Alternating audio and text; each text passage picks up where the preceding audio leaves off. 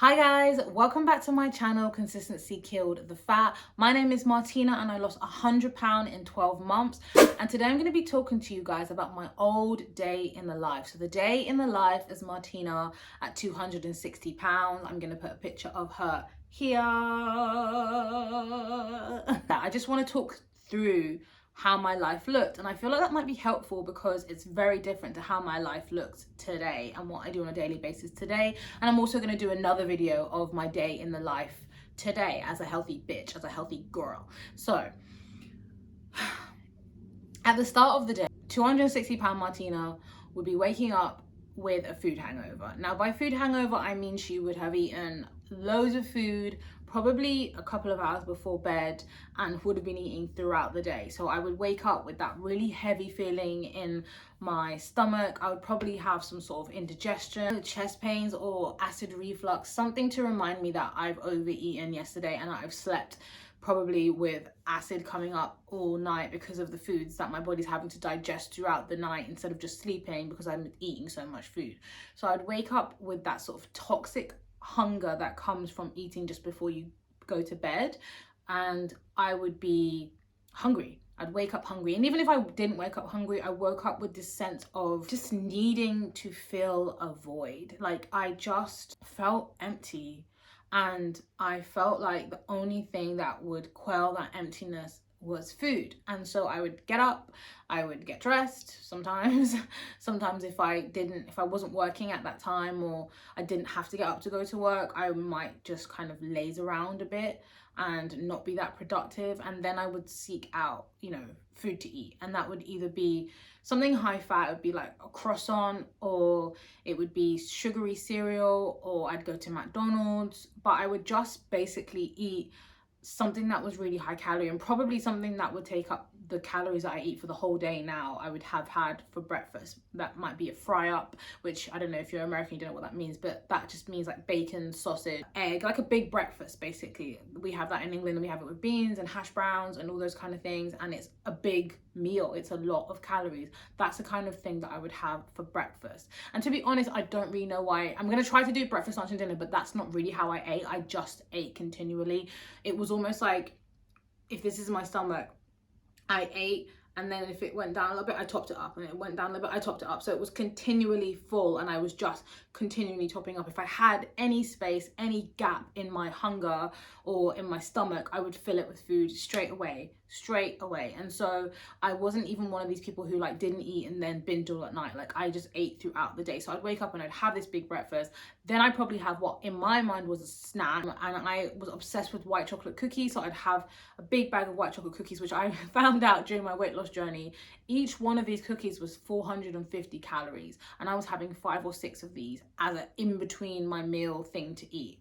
So I'd have those, then I'd have a lunch, or lunch.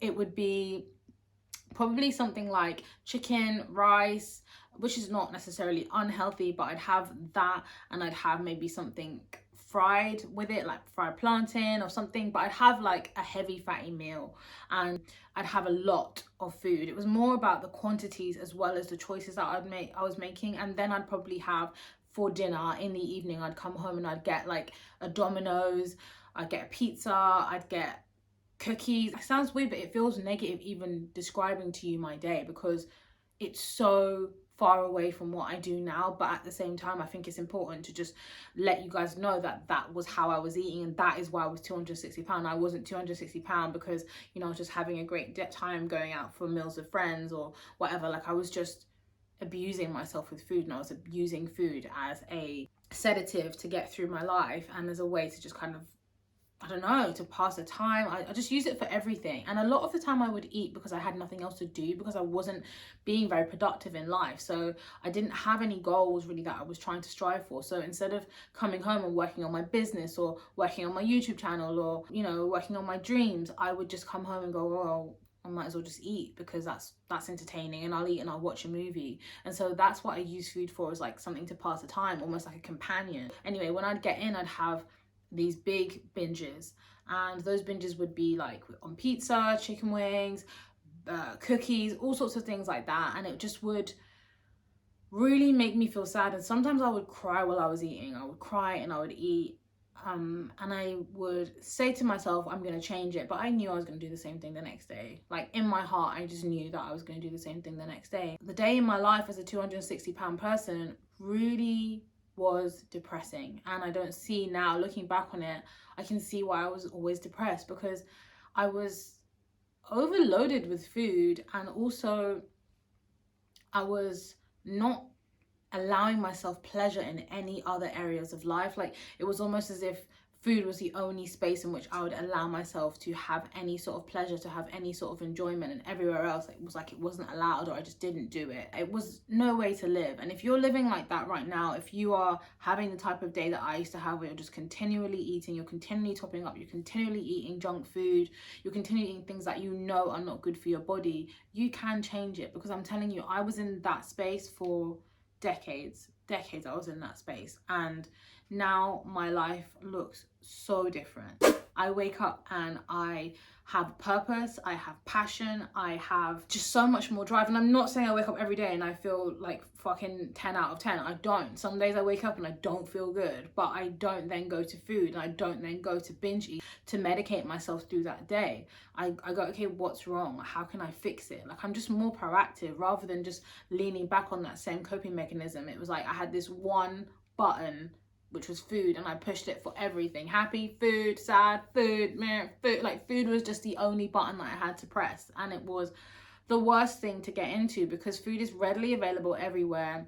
No one's going to stop you from eating. It's weird. People try to stop you from eating healthy. People rarely try to stop you from eating shit. They just sit back and don't say anything, and, you know, see you get fatter and fatter. I just wanted to give you guys that idea of where I came from and what I used to do, because I know that there's somebody watching this video who has that same experience and is maybe even living in that right now, who feels so stuck and feels so trapped. And I just want to say to you that I feel like I have been released from that to come to tell you, you can also be released from that. It is a hellish bondage to be in food addiction. It is so painful, and people who don't get it will say, just eat less, just do this, just go on a diet. I will never say that to you, because I know that it's not that fucking simple.